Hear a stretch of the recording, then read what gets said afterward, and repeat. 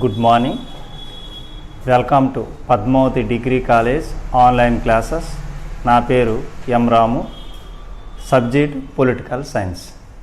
ఈరోజు మనం second B A విద్యార్థులకు థర్డ్ సెమ్ చెప్తాం. అయితే అందులో ఫస్ట్ యూనిట్ రాజ్యాంగం యొక్క అర్థం. అయితే భారత రాజ్యాంగం యొక్క అర్థంలో ఫస్ట్ టాపిక్ ఏంటి అంటే భారత జాతీయ ఉద్యమం. అసలు భారత జాతీయ ఉద్యమం అంటే ఏమిటి, భారత జాతీయ ఉద్యమం యొక్క ముఖ్య దశలేంటి, భారత జాతీయ ఉద్యమంలో గాంధీజీ యొక్క పాత్ర ఏంటి, ఈరోజు మనం లెసన్లో తెలుసుకుంటాం. అందులో భారత జాతీయ ఉద్యమం అంటే ఏమిటి? భారత జాతీయ ఉద్యమం విదేశీ పాలనకు వ్యతిరేకంగా జాతికి స్వేచ్ఛను ప్రసాదించడానికి కొనసాగిన ఉద్యమం. ఈ ఉద్యమము బ్రిటిష్ వారి యొక్క సామ్రాజ్య పతనానికి పునాదిగా చెప్పొచ్చు. ఈ జాతీయ ఉద్యమం రావడానికి కూడా బ్రిటిష్ వారి యొక్క పాలనా సంస్కరణలే కారణం. ఎందుకు అనంటే వాళ్ళు అనుసరించిన భారతదేశంలో జాతి విచక్షణ విధానం, ఆర్థిక దోపిడీ, అలాగే పాశ్చాత్య విద్యా విధానము, సామ్రాజ్య కాంక్ష, అలాగే బెంగాల్ విభజన, అలాగే మనం చూసుకుంటే వారి యొక్క పాలనా విధానం అనేది భారతీయులపై వాళ్ళ యొక్క పాలనను సహించలేని పరిస్థితి ఏర్పడింది. దీనికి అనుగుణంగా భారత నాయకులు ఎవరైతే ఉన్నారో వాళ్ళందరూ కూడా భారత జాతీయ ఉద్యమాన్ని కొనసాగించడం జరిగింది అని అంటాం. అయితే ఈ ఉద్యమానికి ఒక రూపం వచ్చింది మాత్రం 1885లో భారత జాతీయ కాంగ్రెస్ స్థాపనతోనే భారత జాతీయ ఉద్యమానికి ఒక నిర్దిష్టమైన రూపం అనేది ఏర్పడింది అని మనం చెప్పవచ్చు. అయితే అంతకుముందు కూడా భారతదేశంలో అనేకమైన సంస్థలు ఉండేవి. ఉదాహరణకు దేవేంద్రనాథ్ ఠాగూర్ గారు స్థాపించిన 1838లో మన కలకత్తా ల్యాండ్ లార్డ్ సొసైటీ, అలాగే దాదాబాయి నౌరోజీ గారు స్థాపించిన 1866లో ఈస్ట్ ఇండియన్ అసోసియేషన్, అలాగే 1876లో సురేంద్రనాథ్ బెనర్జీ స్థాపించిన ఇండియన్ అసోసియేషన్, అలాగే జీజీ అగార్కర్ స్థాపించిన దక్కన్ ఎడ్యుకేషన్ సొసైటీ లాంటి సంస్థలు ఉన్నప్పటికీ కూడా భారత జాతీయ కాంగ్రెస్ అనేది భారత జాతీయ ఉద్యమాన్ని దేశం నలువైపులా తీసుకెళ్ళింది. అంతకుముందునే సంస్థలు భారతదేశంలో ఏదో ఒక ప్రాంతానికి మాత్రమే లేదా ఒక భాగానికి మాత్రమే పరిమితమై ఉండేవి. ఈ కాంగ్రెస్ భారత్ ఐఎన్సి ఏదైతే ఉందో అది దేశం మొత్తం ప్రతి సంవత్సరం ఒక ప్రాంతంలో దాని యొక్క సమావేశాలు పెట్టడం, వాళ్ళ యొక్క సమస్యలు తెలుసుకోవడం, ఇవన్నిటి ద్వారా కూడా కాంగ్రెస్ అనేది భారత జాతీయ ఉద్యమం సఫలీకృతం కావడానికి దోహదపడింది అని మనం చెప్పొచ్చు.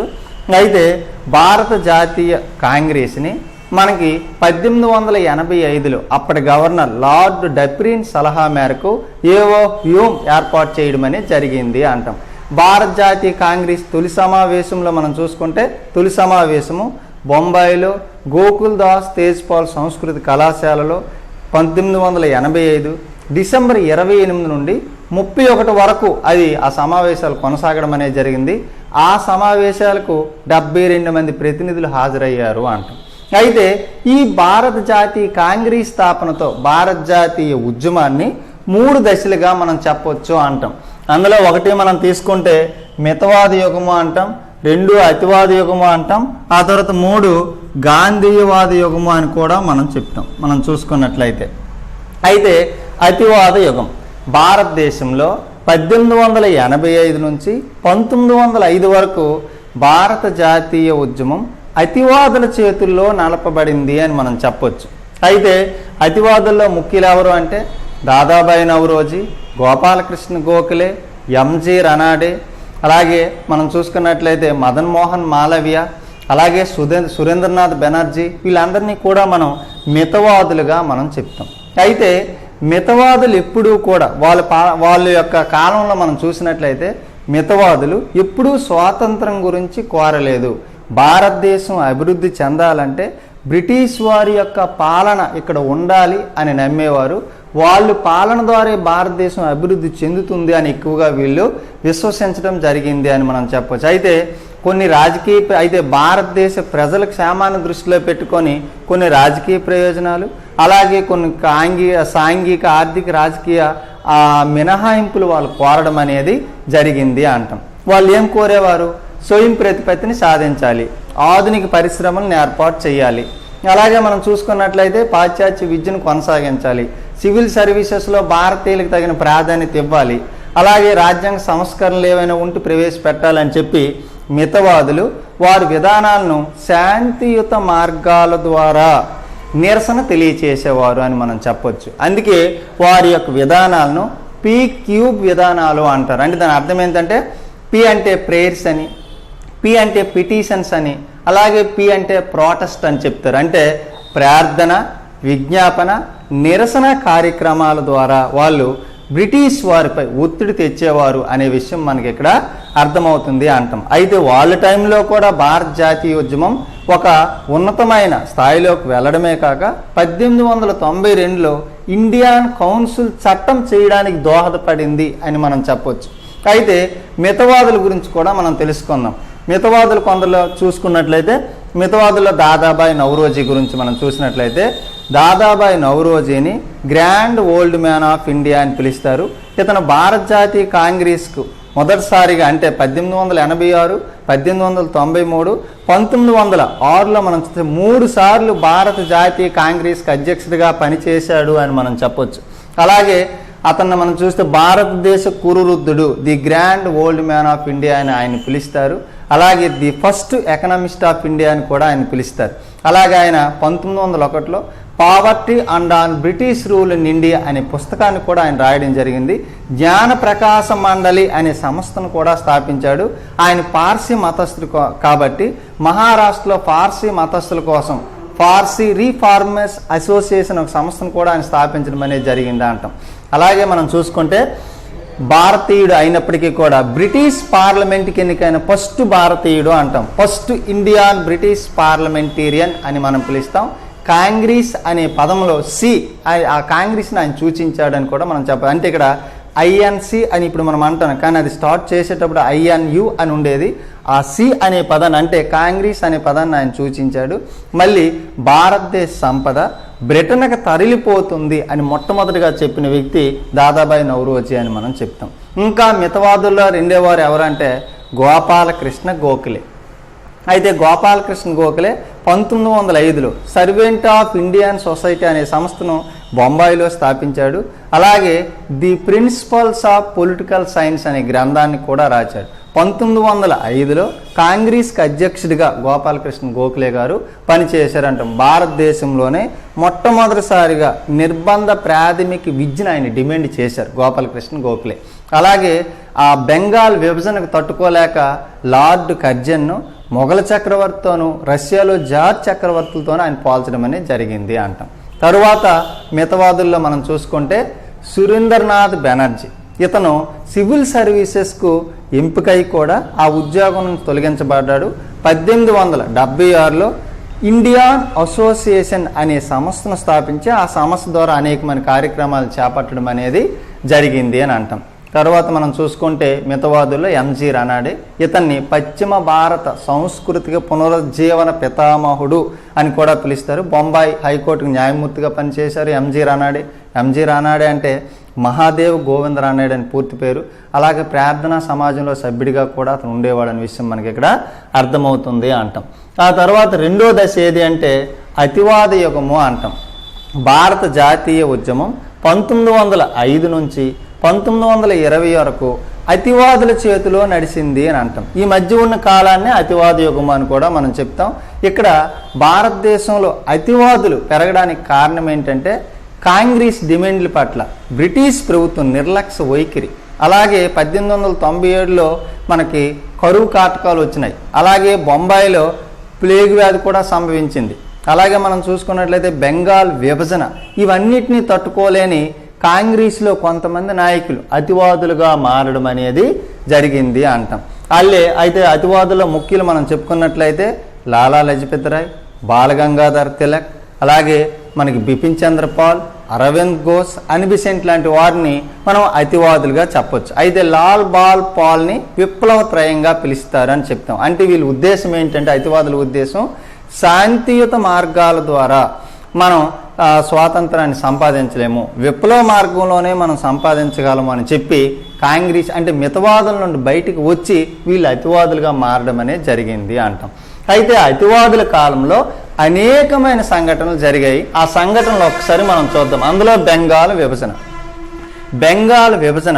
1905 అక్టోబర్ 16న అమల్లోకి వచ్చింది.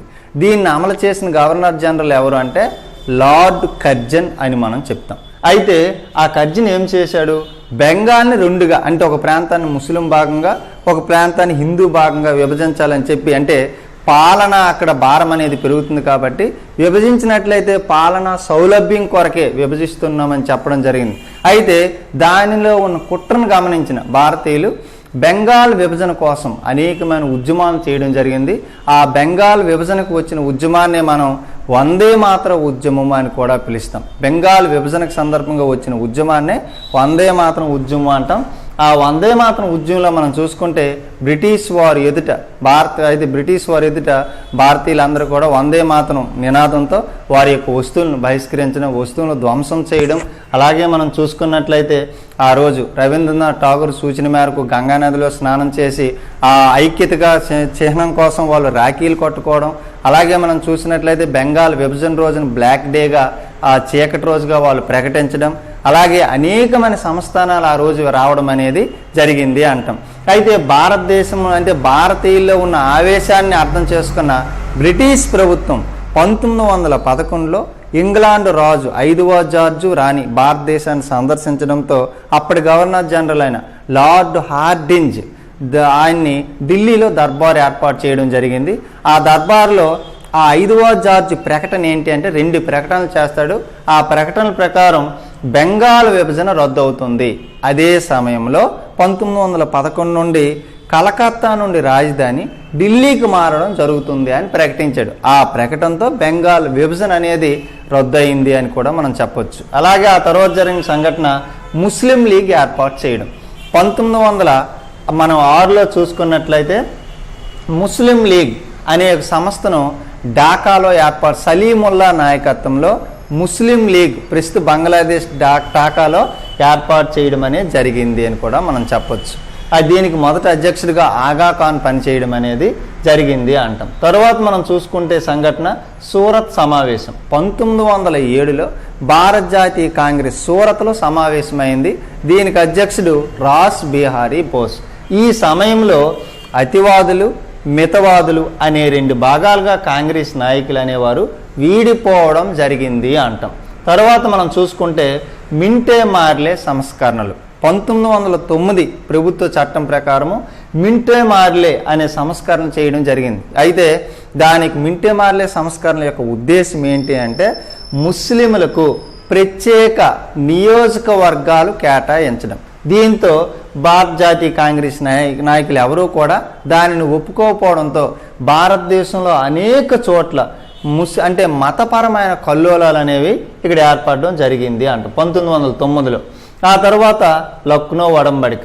ఎక్కడైతే మనం చూసుకున్నట్లయితే అతివాదులుగా మితవాదులుగా చీరిపోయిన కాంగ్రెస్ నాయకులు లక్నో ఒడంబడికలో మితవాదులు అతివాదులు ఒకటవడం జరిగింది. ఇదే సమయంలో ముస్లింలకు కేటాయించిన ప్రత్యేక నియోజకవర్గాలను కాంగ్రెస్ వారు దాన్ని ఒప్పుకోవడం అనేది జరిగింది. ఈ రకంగా ముస్లింలు హిందువులు ఇక్కడ కలడం కూడా జరిగింది. లక్నో ఒడంబడికలో వీళ్ళిద్దరూ కలిసి స్వతంత్ర పోరాటం కోసం ప్రయత్నాలు చేయడం అనేది జరిగింది అంటాం. ఆ తర్వాత జరిగిన అతివాదుల అతిపెద్ద ఉద్యమం మనం చూసుకుంటే బెంగాల్ ఉద్యమం తర్వాత హోమ్ రూల్ ఉద్యమము అని అర్థం. హోమ్ రూల్ ఉద్యమం 1916లో జరిగింది. ఈ ఉద్యమాన్ని మొదట ప్రారంభించిన వారు బాలగంగాధర్ తిలక్, ఆ తర్వాత అనిబిసెంటి అని అంటాం. బాలగంగాధర్ తిలక్ 1916 ఏప్రిల్ 28న బొంబాయిలో పూణేలో హోమ్ రూల్ ఉద్యమాన్ని ఏర్పాటు చేయడం అనేది ప్రారంభించడం అనేది జరిగింది అంటాం. అయితే ఈ సందర్భంలోనే బాలగంగాధర్ తిలక్కి లోకమాన్య అనే బిరుదు రావడం జరిగింది. ఈ సందర్భంలోనే ఆయన ఒక కొటేషన్ కూడా ఇవ్వడం జరిగింది. అదేంటంటే స్వరాజ్యం నా జన్మ హక్కు, దాన్ని నేను సాధించి తీరుతాను, అలాగే నాపై పడ్డ ప్రతి దెబ్బ బ్రిటిష్ వాడి శవపేటికి దిగుతున్న ఒక్కొక్క మేకు వంటిది అని చెప్పి హోమ్ రూల్ ఉద్యమ సమయంలో ఆయన నినాదం ఇవ్వడం అనేది కూడా జరిగింది అంటాం. అలాగే అయితే బాలగంగాధర్ తిలక్ యొక్క ఉద్యమం మహారాష్ట్రలో పూణేలో జరిగితే అనిబిసెంట్ మద్రాస్ అడియర్లో కూడా హోమ్ రూల్ ఉద్యమాన్ని ప్రారంభించడం జరిగింది. ఆ తర్వాత 1917లో మనకి చూసుకుంటే ఎడ్విన్ మార్టిన్ ఆయన యొక్క ఉపన్యాసంతో, ఆయన ప్రకటనతో హోమ్ రూల్ ఉద్యమం అనేది ఆగిపోయింది అని అంటాం. ఆ తర్వాత మనం చూసుకున్నట్లయితే గాంధీ యుగము అని అంటాం. 1920 నుండి 1947 వరకు మధ్య ఉన్న కాలాన్ని గాంధీ యుగము అంటాం. దీన్ని ఎందుకు గాంధీ యుగం అన్నామంటే ఈ కాలంలో అనేక ఉద్యమాలు ఆయన ముందుండి నడిపించడం అనేది జరిగిందని కూడా మనం చెప్పొచ్చు. అందులో మనం చూసుకుంటే అయితే ఇక్కడ ఒక ప్రశ్న కూడా మనకు వస్తుంది. భారత జాతీయ ఉద్యమంలో గాంధీ పాత్రను వివరించండి అన్న, గాంధీ యుగం అన్న ఒక్కటిగానే వేరే ప్రశ్నగా వచ్చినా కదా దానికి నేను ఎంతగా చెప్తాను, దాన్ని ఒకసారి మీరు వినండి. అయితే గాంధీ యుగం, గాంధీజీ పూర్తి పేరు మోహన్ దాస్ కరమ్చంద్ గాంధీ. ఇతను 1869 అక్టోబర్ 2న గుజరాత్లో పోర్బందర్లో జన్మించారు. ఇతను తండ్రి పేరు కరమ్చంద్, తల్లి పేరు పుతిలీబాయ్. అయితే గాంధీజీ భార్య పేరు కస్తూరిబా గాంధీ అని అంటాం. గాంధీజీ గుజరాత్లో రాజ్కోట్లో ఆల్ఫ్రెడ్ హై స్కూల్లోను, అలాగే గుజరాత్లో భావానగర్లో సమర్దాస్ కాలేజీలో చదువుకున్నాడు. గాంధీజీకి 1883 14 సంవత్సరాల వయసులోనే కస్తూరిబా ముఖర్జీతో వివాహం జరిగింది. ఆ తర్వాత ఆమె పేరును కస్తూరిబా గాంధీగా మార్చడం జరిగింది అని అంటాం. అయితే గాంధీజీ గారు 1888లో లండన్లోని UCL యూనివర్సిటీలో లా పూర్తి చేసుకొని 1891 జూన్లో భారతదేశానికి రావడం జరిగింది. ఆయన వచ్చిన తర్వాత బొంబాయిలో లా ప్రాక్టీస్ని మొదలుపెట్టాడు. అయితే 1893లో తన సన్నిహితుడైన దాడే అబ్దుల్లా యొక్క వ్యాపారంలో చట్టపరమైన లావాదేవీలను పరిష్కరించడం కోసం ఆయన దక్షిణాఫ్రికా వెళ్ళడం జరిగింది అంటాం. ఆయన దక్షిణాఫ్రికాలో డర్బన్ నుండి జోహన్నస్బర్గ్ మీదుగా ప్రిటోరియాకు వెళ్తుండగా ఫస్ట్ క్లాస్ రైల్వే టికెట్ తీసుకొని ప్రయాణం చేస్తుండగా కంపార్ట్మెంట్లో స్టాండర్డ్స్టన్ అనే ప్రాంతం దగ్గర బ్రిటిష్ వారు ఆయన్ని ఫస్ట్ క్లాస్ కంపార్ట్మెంట్ నుండి బయటికి నెట్టివేయడం జరిగింది. ఆ రోజు రాత్రి ఆయన ఎస్టీ పీటర్ మిరిడ్జ్బర్గ్ రైల్వే స్టేషన్లో గడపడం అనేది జరిగింది. ఇలా 1 సంవత్సరం అనుకొని 1893లో దక్షిణాఫ్రికాకు బయలుదేరిన గాంధీజీ 1 సంవత్సరం కాంట్రాక్ట్ ప్రాతిపదికన అక్కడ దక్షిణాఫ్రికాలో జాతి వివక్షను చూసి 22 సంవత్సరాలు ఉండిపోవడం అనేది జరిగింది. అంటే 1893లో దక్షిణాఫ్రికా వెళ్ళిన గాంధీజీ 1915 వరకు ఇండియాకు తిరిగి రాలేదు అనే విషయం మనకి ఇక్కడ అర్థమవుతుంది అని అంటాం. అయితే దక్షిణాఫ్రికాలో తొలిసారిగా జాతి వివక్షత గురించి ఆయన సత్యాగ్రహం చేయడం అనేది జరిగింది అంట. 1906లో తొలిసారిగా సత్యాగ్రహము జాతి వివక్షణకు వ్యతిరేకంగా దక్షిణాఫ్రికాలో ఆయన చేశారు. అక్కడ ఫోనెక్స్, దక్షిణాఫ్రికాలో ఫోనెక్స్ అనే ఆశ్రమం కూడా నెలకొల్పారు అని చెప్తాం. అలాగే దక్షిణాఫ్రికాలో ఇండియన్ ఒపీనియన్ అనే ఒక పత్రికను కూడా ఆయన నడపడం అనేది, అక్కడ సంపాదకుడు నడపడం అనేది కూడా జరిగింది అని కూడా మనం చెప్తాం. అయితే 1915 ఆ గోపాలకృష్ణ గోఖలే అభ్యర్థన మేరకు గాంధీజీ దక్షిణాఫ్రికా నుండి 1915 జనవరి 9న ఇండియాలో అడుగుపెట్టడం జరిగింది. ఆ జనవరి 9న మనం ప్రవాసీ భారతీయ దినోత్సవాన్ని కూడా ప్రతి సంవత్సరం జనవరి 9న మనం జరుపుకుంటాం. అయితే ఇక్కడ 1915లో ఇండియాకు వచ్చిన తర్వాత గోపాలకృష్ణ గోఖలే అభ్యర్థన మేరకు భారతదేశంలో అన్ని ప్రాంతాలను ఆయన పర్యటించడానికి నిర్ణయించుకోవడం జరిగింది. ఎందుకంటే భారతీయుల యొక్క పరిస్థితి, ఆయన ఒక 20 సంవత్సరాలు దక్షిణాఫ్రికాలో ఉండిపోయారు కాబట్టి భారతీయుల పరిస్థితి ఆయనకి ఒక అంచనా అవగాహన వస్తుంది కాబట్టి అనేక ప్రాంతాలు పర్యటించమని సలహా ఇచ్చిన వారు ఎవరంటే గోపాలకృష్ణ గోఖలే. అందుకే గాంధీజీ యొక్క రాజకీయ గురువు ఎవరు అంటే గోపాలకృష్ణ గోఖలే అని కూడా మనం ఇక్కడ చెప్పడం అనేది జరుగుతుంది అని అంటాం. ఆ తర్వాత మనం తీసుకుంటే గాంధీజీ ఆయన 1900 అనేక ప్రాంతాలను పర్యటిస్తుండగా 1917లో ఆయన చంపారణ ఉద్యమంలో పాల్గొనవలసి వచ్చింది. చంపారన్ అనేది బీహార్లో ఒక గ్రామం. ఇక్కడ నీలమందు తోట యాజమానులకు వ్యతిరేకంగా, జమీందారులకు వ్యతిరేకంగా నీలమందు రైతులు చేపట్టిన ఉద్యమం. ఈ ఉద్యమంలో గాంధీజీ గారు తొలిసారిగా సత్యాగ్రహం అనేది చేపట్టడం జరిగింది. గాంధీజీ భారతదేశంలో మొట్టమొదటి చేపట్టిన ఉద్యమం ఏది అంటే చంపారణ ఉద్యమము అని చెప్తాం. గాంధీజీ చంపారణలో 1917 ఆయన ఏప్రిల్ 28న అరెస్ట్ కూడా, ఏప్రిల్ 18న అరెస్ట్ కూడా అయ్యారనే విషయం మనకు అక్కడ అర్థమవుతుంది అంటాం. ఆ తర్వాత నీలిమందు రైతుల కోసం ఏదైతే ఉద్యమం జరిగిందో ఆ ఉద్యమాన్ని ఆ బ్రిటిష్ వారు ఒప్పుకోవడం అనేది కూడా జరిగింది. వాళ్ళకి ఏవైతే కావాలో వాటిని బ్రిటిష్ వారు ఇవ్వడం అనేది కూడా జరిగిందని కూడా చెప్తాం. తర్వాత మనం చూసుకున్నట్లయితే 1918లో రెండవ ఉద్యమం అహ్మదాబాద్ మిల్లు కార్మికుల కోసం ఉద్యమం. అయితే అహ్మదాబాద్ మిల్లు కార్మికులు వేతనాల పెంపు కోసం ఉద్యమం చేపట్టారు. అయితే అక్కడ నిత్యావసర అంటే వాళ్ళు ఎందుకు చేపట్టారు అంటే నిత్యావసర ధరలు పెరగడం, కరువు భత్యం తగ్గించడం బ్రిటిష్ ప్రభుత్వం, అలాగే అక్కడ ప్లేగు వ్యాధి కారణంగా అనేక మంది అహ్మదాబాద్ను విడిచి వెళ్తుంటే బ్రిటిష్ వారు అనేక రాయితీలు ప్రకటించడం, ప్లేగు వ్యాధి అంతమైన తర్వాత ఆ రాయితీలను వారు ఎత్తివేయడం కారణంగా అక్కడ మిల్లు కార్మికులు ఎవరైతే ఉన్నారో వాళ్ళు వేతనాల పెంపు కోసం ఉద్యమం చేపట్టారు. గాంధీజీ తొలిసారిగా అహ్మదాబాద్ మిల్లు కార్మికుల పెంపు కోసం ఆమరణ నిరాహార దీక్ష చేపట్టారు అంటాం. ఆ తర్వాత ఉద్యమం ఏది అంటే మనం కేడా ఉద్యమము అంటాం. కేడా ఉద్యమం మనం చూసుకున్నట్లయితే గుజరాత్లో కైరా జిల్లాలో కేడా ప్రాంతంలో కరువు కాటకాలు వచ్చిన బ్రిటిష్ వారు పన్ను మినహాయింపు ఇవ్వకపోవడంతో గాంధీజీ గారు గుజరాత్ సభ అని ఒక సంస్థను స్థాపించి దాని ప్రకారం ఆయన ఉద్యమం చేపట్టడం జరిగింది. ఆ తర్వాత ఆ పన్నులు బ్రిటిష్ ప్రభుత్వం రద్దు చేయబడింది అంటే కేడా ఉద్యమం సమయంలోనే గాంధీజీ గారికి సర్దార్ వల్లభాయ్ పటేల్కి పరిచయం అనేది ఏర్పడింది అని కూడా మనం చెప్పొచ్చు. ఆ తర్వాత మనం చూసుకున్నట్లయితే సహాయ నిరాకరణ ఉద్యమం.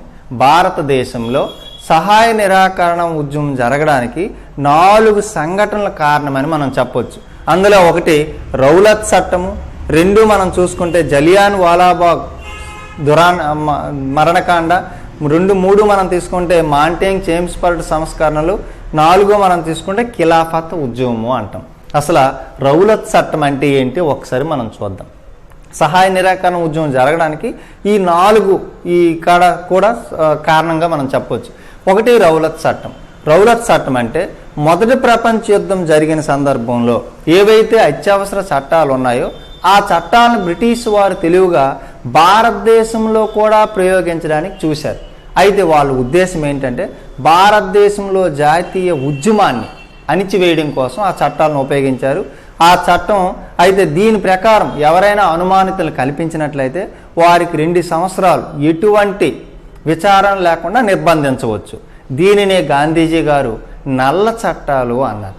అయితే ఈ రౌలత్ చట్టానికి నిరసనగా 1919 ఏప్రిల్ 6న గాంధీజీ గారు హర్తాలకు పిలుపునివ్వడం కూడా జరిగిందని కూడా మనం చెప్తాము అని అంటాం.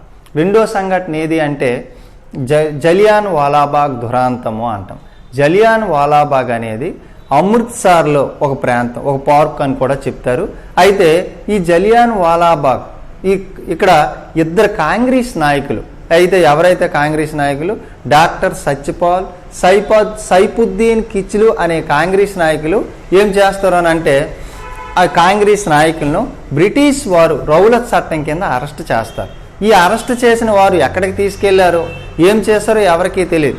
దానికి నిరసనగా 1919 ఏప్రిల్ 13న అమృత్సర్లో జలియాన్ వాలాబాగ్ అనే ఒక పార్కులో చుట్టూ మూసుకున్న గేట్లో ఒక పక్క ద్వారం ఉంటుంది, సమావేశం అవుతారు. వీళ్ళు ఎందుకు అరెస్ట్ చేశారని చెప్పి. అయితే ఈ సమావేశం అవుతుండగా పంజాబ్ ప్రాంతానికి మొత్తానికి గవర్నర్ ఎవరు అంటే జనరల్ డయ్యర్, అమృత్సర్ ప్రాంతానికి పోలీస్ అధికారి ఎవరంటే జనరల్ డయ్యర్. గమనించాలి.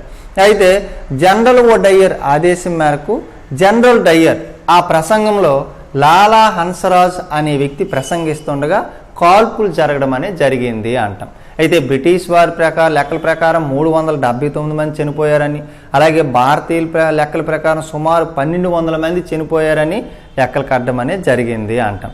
దీనికి నిరసిస్తూ దేశం మొత్తం కూడా అట్టడిగిపోవడం అనేది జరిగింది. ఇదే సమయంలో రవీంద్రనాథ్ ఠాగూర్ సర్ లేదా నైట్ హుడ్ అనే బిరుదును ఆయన వదిలివేయడం జరిగింది.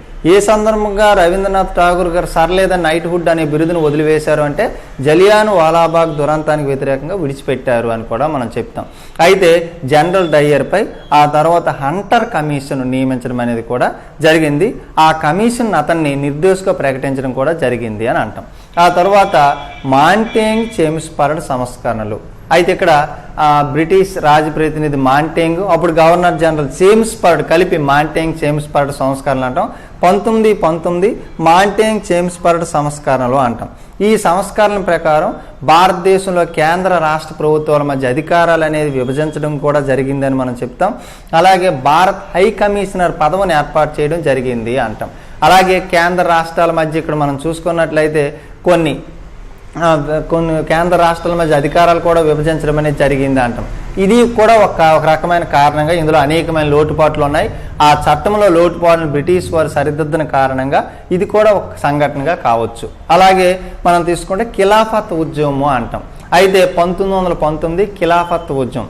అయితే ఇక్కడ ఖిలాఫత్ దాన్ని ఖలీఫా అంటాం. ఇక్కడ టర్కీలో ఖలీఫా అనే ఒక ముస్లిం పెద్ద ఉండేవాడు. ప్రపంచ ముస్లింలందరికీ మత రాజకీయ పెద్దగా ఆయన చాలామంది అయ్యేవాడు. టర్కీ అనే దేశము మొదటి ప్రపంచ యుద్ధంలో బ్రిటిష్ వారి చేతిలో ఓడిపోవడం జరుగుతుంది. ఆ ఓడిపోవడంతో వాళ్ళు ఏం చేస్తారంటే ఖలీఫా అనే పదవిని మేము రద్దు చేస్తున్నాము అని ప్రకటిస్తారు. ప్రకటించడంతో ప్రపంచంలో ముస్లింలందరూ ఆందోళన చేయడం జరుగుతుంది. భారతదేశంలో కూడా ఖలాఫత్ పార్టీని ప్రారంభించిన వారు ఎవరు అంటే ముస్లిం సోదరులు మహమ్మద్ అలీ, షౌకత్ అలీ. దానికి అధ్యక్షుడు ఎవరు అంటే గాంధీజీ అని కూడా చెప్తాం. ఖలాఫత్ పార్టీకి అధ్యక్షుడు ఎవరు? గాంధీజీ. అయితే మనం చూసుకున్నట్లయితే గాంధీజీ ముస్లింల యొక్క హిందువుల యొక్క ఐక్యతకి బాగుంటుందని గమనించిన అనిబిసెంట్ సూచన మేరకు వాళ్ళ యొక్క ఐక్యతకి ఈ ఉద్యమం దోహదపడుతుందని చెప్పి గాంధీజీ గారు ఖలాఫత్ పార్టీకి లేదా ఖలాఫత్ ఉద్యమానికి సంపూర్ణమైన మద్దతు ప్రకటించడం జరిగింది అంటాం. అయితే ఈ 4 కారణాల కారణంగా భారతదేశంలో సహాయ నిరాకరణ ఉద్యమం అనేది జరిగింది. అయితే 1920 ఆగస్టు 1న సహాయ నిరాకరణ ఉద్యమం అంటే ఇది 1920 నాగపూర్ కాంగ్రెస్ సమావేశంలోనే ఈ సహాయ నిరాకరణ ఉద్యమానికి పునాదులు వేయడం అనేది జరిగింది అంటాం. ఈ ఉద్యమం యొక్క ప్రధాన ఉద్దేశం ఏంటంటే బ్రిటిష్ వారికి ఎవరి నుండి, ఏ సంస్థల నుండి, ఏ భారతీయుడి నుండి ఎటువంటి సహాయ సహకారాలు అందించకూడదు. అందులో భాగంగా బ్రిటిష్ వారు మనం చూసుకున్నది వారు వస్త్రాలను అంటే వారు వస్త్రాలని అంటే విదేశీ వస్త్రాలను ఆపి స్వదేశీ వస్త్రాలను వాడడం, అలాగే వారి యొక్క న్యాయస్థానాలను, వారి యొక్క విద్యా సంస్థలను, వారి అంటే శాసనసభలను, వారి యొక్క పర్యటనలు ఎవరైతే ఉన్నారో అన్నీ కూడా బహిష్కరించడం జరిగింది అంటాం. అలాగే మనం చూసుకుంటే 1921లో ప్రిన్స్ ఆఫ్ వేల్స్ అనే బ్రిటన్ రాజు పర్యటనకు వస్తాడు. ఆయన పర్యటన కూడా బహిష్కరించడం జరిగింది అంటాం. అయితే సహాయ నిరాకరణ ఉద్యమం 1922 ఫిబ్రవరి 5న ఉత్తరప్రదేశ్లో చౌరా చౌరీ ఒక గ్రామంలో పోలీస్ స్టేషన్పై అయితే ఆందోళనకారులు దాడి చేసి 22 మంది పోలీసులను సజీవ దహనం చేయడంతో సహాయ నిరాకరణ ఉద్యమం అర్ధాంతరంగా ఆగిపోయింది అని చెప్తాం. అయితే సహాయ నిరాకరణ ఉద్యమం గాంధీజీ ఎవరికి చెప్పకుండా ఆపివేయడంతో అనేక మంది కాంగ్రెస్పై అనేక మంది నిరసన తెలియచేయడం జరిగింది. అందులో మనం చూసుకుంటే చిత్తరంజన్ దాస్, మోతీలాల్ నెహ్రూ అంటాం. అయితే స్వరాజ్ పార్టీ అయితే దీన్ని అలిగిన మోతీలాల్ నెహ్రూ కానీ చిత్తరంజన్ దాస్ కానీ 1923లో అక్కడ వాళ్ళు స్వరాజ్ పార్టీని ఏర్పాటు చేయడం జరిగింది. అయితే ఆ స్వరాజ్ పార్టీ 1923 జనవరి 1న మనం చూసుకున్నట్లయితే స్వరాజ్ పార్టీ ఏర్పడింది. ఆ 23లో జరిగిన ఎన్నికల్లో అనేకమైన స్థానాలను వాళ్ళు గెలుచుకోవడం జరిగింది అంటాం. 1925లో చిత్తరంజన్ దాస్ మరణంతో ఆ స్వరాజ్ పార్టీ అనేది బలహీనపడింది అంటాం. ఆ తర్వాత మనం చూసుకున్నట్లయితే 1927లో సైమాన్ కమిషన్ మనం చూస్తున్నట్లయితే 1927లో 1919 చట్టాన్ని అధ్యయనం చేయడం కోసం సైమాన్ కమిషన్ భారతదేశం వచ్చింది. ఈ సైమాన్ కమిషన్ భారతదేశం రావడంతో ఈ చట్టంలో అందరూ తెల్లవారి అంటే 7 ఉంటారు, ఒక చైర్మన్, 6 సభ్యులు, అందరూ తెల్లవారవుడిచే గాంధీజీ వీరిని తెల్ల చట్టము అని కూడా పిలిచారు. సైమాన్ కమిషన్ 1927లో ఏర్పాటు చేయబడింది. అప్పుడు ప్రధాని స్టాన్లీ బాలిడ్వన్ ఇంగ్లాండ్కి ప్రధానిగా ఉన్నారు. ఆ కమిషన్ 1928 ఫిబ్రవరి 3న బొంబాయిలో కాలు మాపుగానే సైమాన్ గోబ్యాక్ అనే నినాదాలు కూడా మిన్నంటే అనే విషయం మనకి ఇక్కడ అర్థమవుతుంది అని అంటాం. అయితే ఈ సైమాన్ కమిషన్ సందర్భంలోనే లాలా లజపత్ రాయ్ లాహోర్లో ఆయన సైమాన్ కమిషన్కు వ్యతిరేకంగా ఉద్యమం చేయడంతో సాండర్స్ అనే అధికారి ఆయన్ని లాఠీ దెబ్బలతో కొట్టి చంపడం అనేది జరిగింది. కొట్టిన తర్వాత ఆయన చనిపోవడం అనేది జరిగింది అంటాం. దీనిని నిరసిస్తూ చంద్రశేఖర్ ఆజాద్, భగత్ సింగ్, రాజ్గురు ఆ సాండర్స్ అనే అధికారిని చంపడం కూడా జరిగింది. ఇదే సమయంలో 1929లో అక్కడ ఆ శాసనసభలో బ్రిటిష్ ప్రభుత్వం పబ్లిక్ సేఫ్టీ బిల్లును, ట్రేడర్స్ డిస్ప్యూట్ బిల్లును ప్రవేశపెట్టింది. దీనికి నిరసనగా భగత్ సింగ్, బికే దత్, బతుకేశ్వర దత్ అనే ఇద్దరు అందులో అంటే అసెంబ్లీలో బాంబులు వేయడం జరిగింది. దీన్ని అలాగే సాండర్స్ హత్య కేసుని కలిపి లాహోర్ కుట్ర కేసుగా ముద్రిస్తూ 1931 మార్చి 23న వాళ్ళని ఉరితీయడం జరిగింది అని కూడా మనం చెప్తాం. అలాగే సైమాన్ కమిషన్కి వ్యతిరేకంగా మద్రాసులో ఆందోళన చేసిన వారు ఎవరు అంటే టంగుటూరు ప్రకాశం, ఆంధ్ర కేసరి అని కూడా ఆయనకు బిరుదు వచ్చింది. పార్థసారథి అనే ఒక వ్యక్తి చనిపోవడంతో ఆయన కాల్చండిరా కాల్చండి అని అంటే చెప్పడం అనేది జరిగింది అంటాం. అయితే మనం చూసుకుంటే ఆ తర్వాత శాసన ఉల్లంఘన ఉద్యమం. గాంధీజీ 1930 మార్చి 12న చారిత్రాత్మకమైన శాసన ఉల్లంఘన ఉద్యమం లేదా ఉప్పు సత్యాగ్రహం లేదా దండి ఉద్యమాన్ని ప్రారంభించడం జరిగింది అని అంటాం. ఇందులో మనం చూసుకున్నట్లయితే 1930 మార్చి 12న గాంధీజీ సబర్మతి ఆశ్రమం నుండి దండి గ్రామానికి సుమారు 345 కిలోమీటర్లు 24 రోజుల్లో 78 మంది అనుచరులతో అక్కడికి చేరుకొని అంటే 1930 ఏప్రిల్ 6న ఆయన ఉప్పు చట్టాలను ఉల్లంఘించడం జరిగింది అంటాం. ఆ రకంగా దండి సత్యాగ్రహం అనేది గాంధీజీ గారు ఉప్పును కూడా ఉల్లంఘించడం అనేది జరిగింది అంటాం. ఆ తర్వాత ఇదే సందర్భంలో మనం చూసుకున్నట్లయితే రౌండ్ టేబుల్ సమావేశాలు. అయితే రౌండ్ టేబుల్ సమావేశాలు 1930, 31, 32లో 3 సమావేశాలు జరిగాయి. ఈ రౌండ్ టేబుల్ సమావేశాలు అనేవి లండన్లో జేమ్స్ ప్యాలెస్లో జరిగాయి. ఈ రౌండ్ టేబుల్ సమావేశాలను ప్రారంభించిన వారు ఎవరు అంటే రామ్సే మెక్డొనాల్డ్, అప్పుడు బ్రిటన్ ప్రధాని అని కూడా మనం చెప్తాం. అయితే మొదటి రౌండ్ టేబుల్ సమావేశంలో కాంగ్రెస్ పాల్గొనలేదు, మిగతా అందరూ కూడా పాల్గొన్నారు. రెండవ రౌండ్ టేబుల్ సమావేశంలో కూడా గాంధీజీ వెళ్ళడానికి 1900 మనం చూసుకుంటే 32 మార్చి 5న గాంధీ ఇర్విన్ ఒడంబడిక ప్రకారము గాంధీజీ లండన్లో రెండవ రౌండ్ టేబుల్ సమావేశానికి అటెండ్ అయ్యారు. అయితే అది విఫలం కావడంతో అతను వచ్చి మళ్ళీ శాసన ఉల్లంఘన ఉద్యమాన్ని పునఃప్రారంభించడం అనేది జరిగింది అంటాం. ఆ తర్వాత 3వ రౌండ్ టేబుల్ సమావేశం తర్వాత అయితే రామ్సే మెక్డొనాల్డ్ కమ్యూనల్ అవార్డును ప్రకటించడం జరిగింది. కమ్యూనల్ అవార్డు యొక్క ఉద్దేశం ఏంటంటే భారతదేశంలో దళితులకు ప్రత్యేక నియోజకవర్గాలు ఇవ్వడం జరుగుతుంది. ఇదే సమయంలో దానికి గాంధీజీ నిరసన తెలపడంతో అంబేద్కర్ కృషితో అక్కడ గాంధీకి అంబేద్కర్కి మధ్య పూనా ఒడంబడిక జరిగింది. ఈ పూనా ఒడంబడికలో దళితులకు ప్రత్యేక నియోజకవర్గాల బదులు ప్రత్యేక సీట్లు కేటాయించడం జరిగింది అని కూడా మనం చెప్తాం. ఆ తర్వాత మనం చూసుకుంటే 1935 భారత ప్రభుత్వ చట్టం ప్రకారం రాష్ట్రాలకు స్వయం ప్రతిపత్తి, స్వయం పాలన ఇవ్వడం జరిగింది. భారత రాజ్యాంగానికి కూడా 1935 ప్రభుత్వ చట్టం అనేకమైన అంశాలకు దోహదపడింది అని కూడా, అంటే అనేకమైన అంశాలు అందులో తీసుకోవడం అనేది జరిగింది అని కూడా మనం చెప్తాం. ఇదే సమయంలో 1939లో మనం చూసుకుంటే రెండవ ప్రపంచ యుద్ధం మొదలవడం మనం గమనించినట్లు 1939 సెప్టెంబర్ 1న హిట్లర్ లేదా జర్మనీ పోలాండ్పై దాడి చేస్తుంది. ఈ దాడి చేయడంతో వెంటనే రెండవ ప్రపంచ యుద్ధం మొదలవుతుంది. మొదలవడంతో బ్రిటిష్ వారు శాసనసభలను కానీ జాతీయ నాయకులను కానీ సంప్రదించకుండా భారతదేశం జర్మనీపై యుద్ధం చేస్తుంది అని ప్రకటించారు. దీనికి నిరసనగా భారతీయులు కాంగ్రెస్ శాసనసభలకు రాజీనామా చేయడం జరిగింది. వెంటనే అప్పుడు గవర్నర్ జనరల్ అయిన భారత గవర్నర్ లార్డ్ లిన్లిత్గో భారతీయులతో రాయబారం కూడా చేశాడు. అది కూడా విఫలమైంది. ఇదే సమయంలో మనం చూసుకున్నట్లయితే 1940లో ప్రత్యేక రాజ్యం కావాలని లేదా దేశం కావాలని పాకిస్తాన్ లాహోర్ సమావేశంలో కోరడం కూడా జరిగింది. అయితే రెండవ ప్రపంచ యుద్ధంలో భారతీయులు పాల్గొనలేదు సరే కదా, వెంటనే 1929లో మనం చూసుకున్నట్లయితే సంపూర్ణ స్వరాజ్యం జవహర్లాల్ నెహ్రూ నాయకత్వంలో ఏర్పాటు చేయబడింది. దాని యొక్క ఉద్దేశం ఏంటంటే ఈ సమయంలో మనం మనం చూసుకున్నట్లయితే శాసన ఉల్లంఘన ఉద్యమం తర్వాత రెండవ ప్రపంచ యుద్ధం తర్వాత మనం రెండవ ప్రపంచ యుద్ధంలో ఎప్పుడైతే మనం పాల్గొనలేదో క్విట్ ఇండియా ఉద్యమం చేపట్టడం జరిగింది అంటాం. క్విట్ ఇండియా ఉద్యమాన్ని 1942లో ఏర్పాటు చేయడం జరిగింది. ఈ సమావేశంలో గాంధీజీ గారు మనం డూ ఆర్ డై అని ఒక నినాదం కూడా ఇవ్వడం జరిగింది. మనం సాధించడము లేదా మరణించడం అనేది ఈ ఉద్యమమే మనకు చివరి ఉద్యమం కావాలని చెప్పడంతో. అయితే గాంధీజీ గారు ఎప్పుడైతే క్విట్ ఇండియా ఉద్యమం మొదలుపెట్టారో వెంటనే అప్పటి బ్రిటన్ ప్రధాని విన్స్టన్ చర్చిల్ వెంటనే అక్కడ క్రిప్స్ రాయబారాన్ని భారతదేశానికి పంపించడం జరిగింది. ఆ క్రిప్స్ రాయబారం యొక్క ఉద్దేశం ఏంటంటే, మీకు డొమైన్ స్టేటస్, రాజ్యాంగ ప్రతిపత్తి కల్పిస్తాము, అలాగే మీకు రాజ్యాంగం అంటే స్వయం పాలన కూడా మీకు కల్పిస్తాము, మీ 2వ ప్రపంచ యుద్ధంలో బ్రిటన్ దేశానికి అదే మీరు సహాయం చేయాలి అని చెప్పి. అయితే క్రిప్స్ రాయబారాన్ని గాంధీజీ గారు దివాలా తీ బ్యాంక్ మీద ముందు తేదీ వేసి ఇచ్చే చెక్కు వంటిదని కూడా దాన్ని విమర్శించడం జరిగింది. ఆ రకంగా క్రిప్స్ రాయబారం కూడా విఫలమైంది అంటాం. అయితే క్విట్ ఇండియా మనం చూసుకున్నట్లయితే ఉద్యమం ఉవ్వెత్తున లేచిన సమయంలో ప్రముఖ నాయకులంతా అరెస్ట్ కావడం జరిగింది.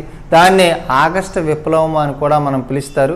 ఆ తర్వాత మనం చూసుకుంటే ప్రముఖ నాయకులంతా అరెస్ట్ కావడంతో క్విట్ ఇండియా ఉద్యమాన్ని అరుణా ఆసఫ్ అలీ నడిపించడం జరిగింది.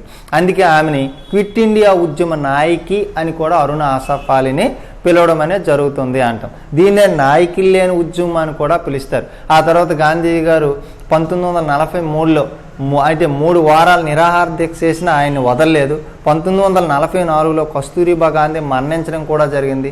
ఆ తర్వాత గాంధీ గారిని విడిచిపెట్టడం అనేది జరిగింది అంటాం. అయితే అనూహ్యంగా 2వ ప్రపంచ యుద్ధంలో మళ్ళీ మనం చూసుకున్నట్లయితే బ్రిటనే గెలిచింది, బ్రిటన్ కూటమే గెలిచింది. అయితే మనలో మళ్ళీ కూడా ఒక నిరాశ ఏంటి అని అంటే, మనకి అసలు స్వాతంత్రం వస్తుందా రాదని చెప్పి. అయితే అక్కడ మనం చూసుకున్నట్లయితే విన్స్టన్ చర్చిల్ తర్వాత లార్డ్ క్లెమెంట్ అట్లీ బ్రిటన్కి ప్రధానమంత్రిగా రావడం, ఆయన చేసిన ప్రకటన మేనిఫెస్టోలో అక్కడ చేసిన ప్రకటన ఏంటి అని అంటే, నేను ప్రధానమంత్రికి అయితే భారతదేశానికి స్వతంత్రం ఇస్తానని ఆయన చెప్పడం. ఆ రకంగా లార్డ్ క్లెమెంట్ అట్లీ భారతదేశానికి క్యాబినెట్ మిషన్ ప్లాన్ పంపించడం జరిగింది. క్యాబినెట్ మిషన్ ప్లాన్లో క్రిప్స్, అలెగ్జాండరు, లారెన్స్ అనే 3 సభ్యులు భారతదేశానికి దాని ద్వారా రాజ్యాంగ ప్రకటన, అలాగే మనం చూసుకున్నట్లయితే రాజ్యాంగ పరిషత్కి ఏర్పాటు కూడా ఒక అనుకూలమైన అంటే ఒక ఆశాభావమైన ప్రకటన రావడం అనేది జరిగింది అంటాం. ఆ రకంగా మనం చూసుకున్నట్లయితే 1946లోనే అక్టోబర్ 17న మనం 16ను చూసుకున్నట్లయితే ముస్లిం లీగ్ డైరెక్ట్ యాక్షన్ డే చాలా మరణకాండ సృష్టించింది ప్రత్యేక దేశం కావాలని. ఆ రకంగా వాళ్ళు క్యాబినెట్ మిషన్ ప్లాన్ మాటను కూడా వినకపోవడంతో ఇకన దేశం అనేది 2 భాగాలుగా చేయడం అనివార్యమని గ్రహించిన బ్రిటిష్ వారు మనం చూసుకున్నట్లయితే అవతల అయితే 1947 జూన్ 3 ప్రణాళిక లార్డ్ మౌంట్ బాటన్ లాస్ట్ జనరల్ గవర్నర్గా భారతదేశానికి రావడం, ఆయన 1947 జూన్ 3 ప్రణాళిక ప్రకారం భారతదేశాన్ని 2 భాగాలుగా చేయడం. ఒకటి 1947 ఆగస్టు 14న పాకిస్తాన్కి ఫ్రీడమ్ ఇవ్వడం, 1947 ఆగస్టు 15న భారతదేశానికి ఫ్రీడమ్ ఇవ్వడం, ఇలా 2 భాగాలుగా చేయడం అనేది జరిగింది అంటాం. అయితే ఎంతమంది కృషి చేసినప్పటికీ కూడా ఇక్కడ గాంధీ గారి యొక్క కృషి అనేది ఇందులో మనం చూసుకుంటే ఇంకా మనం చూసుకున్నట్లయితే 1939 నుండి సుభాష్ చంద్రబోస్ గారు కూడా అయితే ఈ శాంతియుత మార్గాల ద్వారా ఫ్రీడమ్ రాదు, అలాగే హింస ద్వారా మాత్రం ఫ్రీడమ్ వస్తుంది, సాధించగలమని చెప్పి ఆయన ఫార్వర్డ్ బ్లాక్ అనే సంస్థను స్థాపించడం, అయితే ఇండియా నుండి తప్పించుకుని జర్మనీ నుండి సింగపూర్ వెళ్ళడం, సింగపూర్లో భారతదేశం యొక్క తాత్కాలిక ప్రభుత్వం ఆజాద్ హింద్ ఫౌజ్ని ఏర్పాటు చేయడం, ఐఎన్ఏకి ఆయన అధ్యక్షుడిగా ఉండడం, ఇవన్నీ జరిగినప్పటికీ కూడా ఆయన కోరిక కూడా ఆయన ఆశయం కూడా నెరవేరలేదు అని మనం చెప్పొచ్చు. ఆ తర్వాత 1945లో ఆయన విమాన ప్రయాణంలో అదృశ్యం అవడం కూడా జరుగుతుంది. ఆయన అదృశ్యం అవడంతో ఒక కమిటీ వేశారు, ఆ కమిటీ పేరు ఎంకే ముఖర్జీ కమిటీ అని కూడా మనం చెప్తాం. అయితే గాంధీజీ గారు ఇంకా అనేకమైన గ్రంథాలు రాశారు. మనం చూసుకుంటే ఆయన young India, Harijan, Navjivan, Indian opinion అనే ఒక వార్తాపత్రికలు కూడా ఆయన నడిపారు. ఆయన గ్రంథాలను మనం చూసినట్లయితే మై ఎక్స్పెరిమెంట్స్ విత్ ట్రూత్ అని, అలాగే మనం చూసినట్లయితే కాంక్విస్ట్ ఆఫ్ సెల్ఫ్, అలాగే హిందూ స్వరాజ్ అనే గ్రంథాలు కూడా ఆయన రాయడం జరిగింది. ఆయనకి భారతదేశంలో కొన్ని రచనలు కూడా ఆయన ప్రభావితం చేశాయి. అవి ఏంటి అంటే సత్య హరిశ్చంద్ర, అలాగే శ్రవణకుడి కథ, అలాగే ఇంగ్లీష్ రచనలు కూడా ఆయన ప్రభావితం చేశాయి. లియో టాల్స్టాయ్ రచించిన Kingdom of the God is with in you, Ruskin bond రచించిన ఆన్ టు ది లాస్ట్ అనే గ్రంథాలను కూడా ఆయన ప్రభావితం చేశాయని మనం చెప్పొచ్చు. అయితే గాంధీజీ గారిని తొలిసారిగా జాతిపిత అని పిలిచింది సుభాష్ చంద్రబోస్, మహాత్మా అని పిలిచింది రవీంద్రనాథ్ ఠాగూర్, బాపూజీ అని పిలిచింది జవహర్లాల్ నెహ్రూ, అలాగే కైజర్ ఏ హిందూ అని పేరు పెట్టింది హిందుస్థాన్ చక్రవర్తి అని పేరు పెట్టింది బ్రిటిష్ వారు. ఆయన్ని హిందూ దేశ సింహం అని కూడా పిలుస్తారు అనే విషయం మనకి ఇక్కడ అర్థమవుతుంది అంటాం. అయితే మనం చూసుకున్నట్లయితే ఈ గాంధీ కాలంలో స్వరాజ్యం అనేది మనకి సిద్ధించబడింది అని కూడా చెప్పొచ్చు. అందుకే ఆయన్ని అనేక రకాలుగా కొటేషన్లుగా కూడా మనం చెప్పొచ్చు. ఏంటి అని అంటే గాంధీజీ గారిని భోగరాజు పట్టాభి సీతారామయ్య చెప్తారు, గాంధీ మరణించవచ్చు కానీ గాంధీయిజం ఎప్పుడూ జీవించే ఉంటుంది. ఆయన గురించి ఐన్స్టీన్ చెప్తారు, ఇలాంటి వ్యక్తి రక్తమాంసాలతో భూమి మీద నడిచేవారని భవిష్యత్ తరాల వారు నమ్మడం కష్టము అని. ఆయన గురించి మార్టిన్ లూథర్ కింగ్ చెప్తారు, భారతదేశానికి నేను యాత్రికునిగా రాలేదు, గాంధీ పుట్టిన దేశానికి నివాళులు అర్పించడానికి వచ్చాను అని చెప్పి. అయితే దశలంటే ఇవి రాస్తారు. అలాగే గాంధీ గురించి ప్రత్యేకంగా అడిగితే ఇక్కడ నుండి ఇది అంతా కూడా రాస్తారనే విషయం నేను గమనించుకొని దీంతో పాటు నోట్స్ కూడా ఉంటుంది, జాగ్రత్తగా చదవండి.